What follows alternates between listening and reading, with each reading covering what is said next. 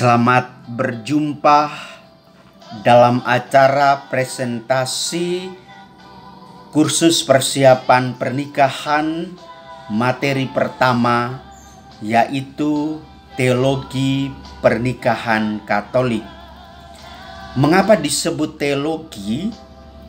Teologi berasal dari kata Latin theos, artinya Tuhan, logos artinya ilmu. Dengan demikian, pernikahan itu merupakan bentuk campur tangan Tuhan. Dialah yang mempersatukan pasangan suami istri, dan dialah yang membentuk keluarga menjadi keluarga yang harmonis. Saudari-saudara yang terkasih, di dalam agama Katolik, kita mengenal ada dua jenis panggilan. Yang pertama, panggilan umum. Dan yang kedua, panggilan khusus. Panggilan umum adalah panggilan kepada ibu dan bapak untuk melanjutkan keturunan, membentuk rumah tangga. Sedangkan panggilan khusus adalah panggilan kepada para imam, biarawan, dan biarawati yang atas dasar ketiga nasihat Injili, mereka tidak menikah, hidup miskin, dan penuh ketaatan. Bagaimana dengan perkawinan Katolik itu yang adalah panggilan umum? Yang pertama, kita melihat makna perkawinan. Dalam kitab hukum kanonik 1983, kanon 1055, dikatakan bahwa perkawinan itu merupakan pembentukan dengan perjanjian pria dan wanita di dalam suasana kebersamaan hidup, dan dari sifat kodratinya perjanjian itu terarah pada kesejahteraan suami istri serta kelahiran dan pendidikan anak. Berangkat dari kanon 1055 ini, maka dengan jelas kita melihat apa tujuan pernikahan Katolik itu. Tujuan pernikahan Katolik yang pertama adalah bonum connugium, yaitu menjadi pasutri yang baik, tercipta harmonis, kesejahteraan batin antara suami dan istri. Tujuan yang kedua, berangkat dari harmonisnya kesejahteraan batin itu, maka keterbukaan kepada anak, kelahiran pada anak mendapatkan tanggapan positif. Maka kadang-kadang saya berpikir, kalau keluarga yang belum sempat dikaruniai anak, itu menjadi tanda tanya. Jangan-jangan keluarga itu belum tercipta suatu kerukunan batin.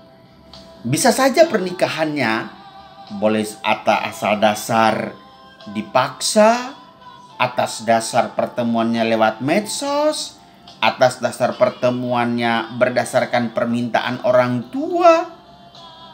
Bisa saja menjadi penghalang. Mereka tidak bahagia, hidup bersama sekian tahun, tapi kok tidak punya anak.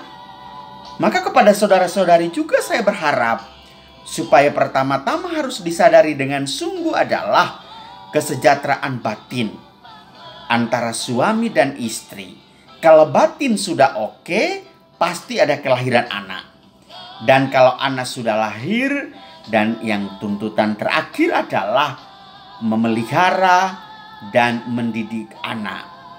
Pendidikan anak bisa saja berdasarkan kebudayaan etnis tertentu dengan pola lingkungan yang berbeda-beda, tetapi ingat saudara-saudariku, pendidikan harus didasari pada iman akan Kristus yang telah mempersatukan saudara dan tidak akan diceraikan kecuali oleh kematian.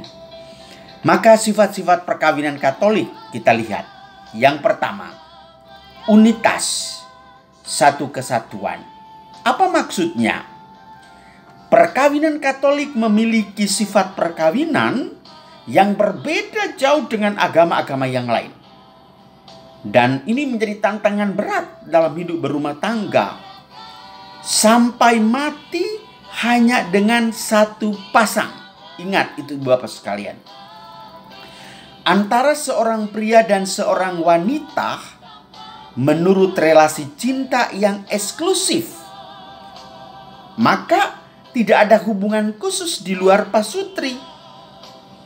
Tidak ada yang namanya poligami. Tidak ada yang namanya poliandri.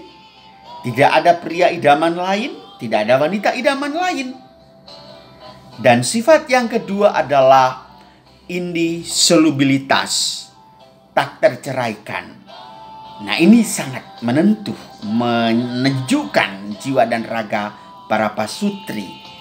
Bahwa kalian itu yang sudah dipersatukan oleh Allah tidak boleh diceraikan oleh manusia kecuali oleh kematian. Demikian dalam Injil Matius yang sering sekali kita dengar dan menjadi bacaan favorit waktu pesta pernikahanmu nanti. Dan tentu sekali saudara-saudari, unitas dan tak terceraikan itu karena sekali lagi di dalam perkawinan itu ada campur tangan Tuhan.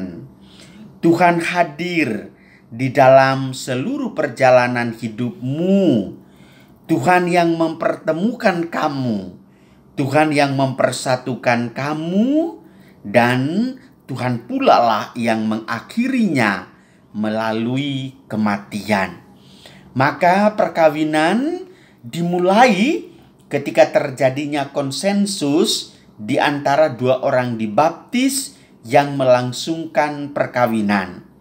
Pada materi kedua nanti akan kita lihat bahwa sebuah perkawinan itu sah dalam tata cara, dalam pelaksanaan apabila ada konsensus, ada kesepakatan. Dan kesepakatan itu kalau belum sampai kepada ada hubungan intim antara suami dan istri, maka jelas sekali saudara-saudariku, pernikahanmu itu boleh dikatakan seandainya sekali lagi belum ada konsensus dan belum ada hubungan koetus, kenikmatan relasi antara suami dan istri dalam hal biologis, maka tidak tergolong sakramental. Perkawinan merupakan tanda cinta Tuhan pada manusia ketika terjadi konsensus di antara dua orang dibaptis yang melangsungkan perkawinan. Lalu mungkin Anda bertanya, bagaimana dengan orang yang dibaptis dengan non-baptis? Kita akan melihat pada materi kedua, yaitu soal hukum perkawinan Katolik. Saudara-saudari yang terkasih, kalau memang sudah demikian mengerti apa itu makna perkawinan, apa itu sifat perkawinan yang adalah monogam dan tak terceraikan, ingat baik-baik itu, atau dalam bahasa yang lain, unitas dan indissolubilitas, maka kepada suami dan istri ditanamkan hak-hak dasar dan kewajiban. Apa itu hak-hak dasar dan kewajiban? Yang pertama, suami dan istri memiliki kewajiban dan hak yang sama mengenai hal-hal yang menyangkut persekutuan hidup pernikahan. Sebagai orang tua, mereka berkewajiban untuk memelihara, mendidik, dan mengarahkan anak ke jalan yang baik dan benar.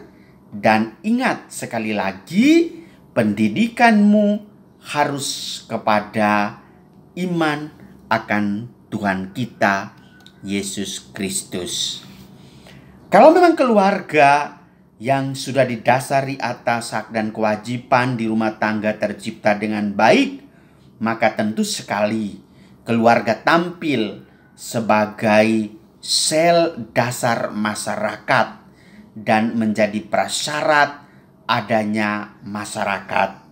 Karena keluarga itu menjadi prasyarat di dalam masyarakat, maka yang namanya masyarakat atau negara tidak boleh atau tidak akan pernah mengabaikan keluarga itu.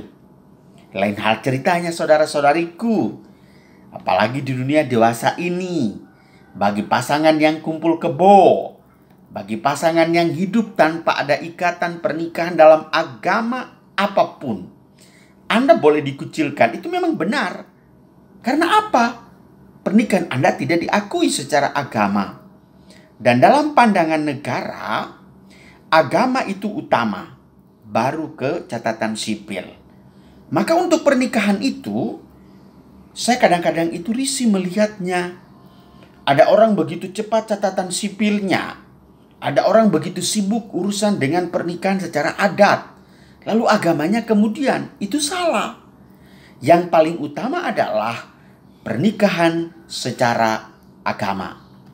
Yang berikut, keluarga itu memiliki hak untuk mendidik anak-anak sesuai dengan tradisi keluarga sendiri, dengan nilai-nilai religius dan budaya, dengan perlengkapan upaya-upaya serta lembaga-lembaga yang dibutuhkan.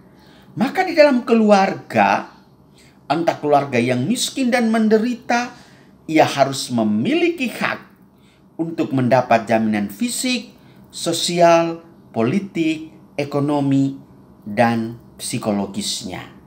Dan ini sekali lagi, saudara-saudariku, apabila Anda sudah diberkati secara agama apapun, tapi kalau memang belum, Anda jangan bermimpi. Lihat saja, saat musim masuk sekolah, orang tua begitu pening dan sibuk mengurusin akte lahir. Anda ke kantor catatan sipil, Anda itu dimintain surat pernikahanmu mana. Kalau seandainya surat pernikahanmu belum ada, nggak akan ada catatan sipil. Maka pengakuan akan hak kewarganegaraanmu diabaikan. Maka sekali lagi ingat, kita tidak akan pernah mengizinkan suatu keluarga yang hidup atas dasar kumpul kebo yang belum diresmikan atau disahkan menurut agama tertentu. Saudara-saudari yang terkasih, tentu sekali dalam perjalanan kehidupan, keluarga juga tidak pernah mengalami hal yang mulus-mulus. Demikian juga kami sebagai imam, biarawan, biarawati. Tantangan-tantangan hidup selalu ada, baik internal maupun secara eksternal. Secara internal, silakan Anda merenungkan dan melihat pribadimu masing-masing. Tetapi secara eksternal, ingin saya sampaikan kepada saudara-saudari semua. Yang pertama, hindari berhubungan secara berlebihan dengan mertua. Mertua itu madu sekaligus racun. Silakan Anda memprotes pernyataan saya ini. Tetapi lebih clear-nya nanti akan Anda alami. Yang berikut, hindarilah pria lain atau wanita idaman lain. Yang ketiga, hindarilah cara hidup konsumeristis, hedonistis, materialistis. Kalau itu yang menjadi andalanmu, percayalah, keluarga suatu saat akan berantakan. Ibu bapak, saudari-saudara, teristimewa para peserta kursus pernikahan yang saya kasihi. Saya kira inilah yang menjadi makna atau pesan teologi perkawinan Katolik itu sendiri. Sekali lagi saya ulangi, yang pertama, mengapa perkawinan itu dilihat dari unsur teologi. Yang kedua, apa makna perkawinan. Dan yang ketiga, apa sifat-sifat perkawinan Katolik. Dan yang keempat, apa hak-hak dasar dan kewajiban sebagai suami istri, sebagai keluarga di tengah masyarakat. Dan semuanya itu berjalan tentu tidaklah mulus. Tantangan internal dan juga eksternal selalu ada. Tetapi pesan saya, saudara-saudariku, jangan lupa dekatkanlah keluargamu kepada Tuhan. Sampaikanlah kepada Tuhan segala keluh kesah, segala unek-unek dan persoalanmu, maka pasti Tuhan akan memberikan solusi yang terbaik untuk saudara. Sekian saja materi perjumpaan kita yang pertama, dan berjumpa kembali di materi perjumpaan yang kedua, yaitu perkawinan Katolik ditinjau dari kitab hukum kanonik, yaitu hukum yang berbicara tentang perkawinan. Sekian dan terima kasih.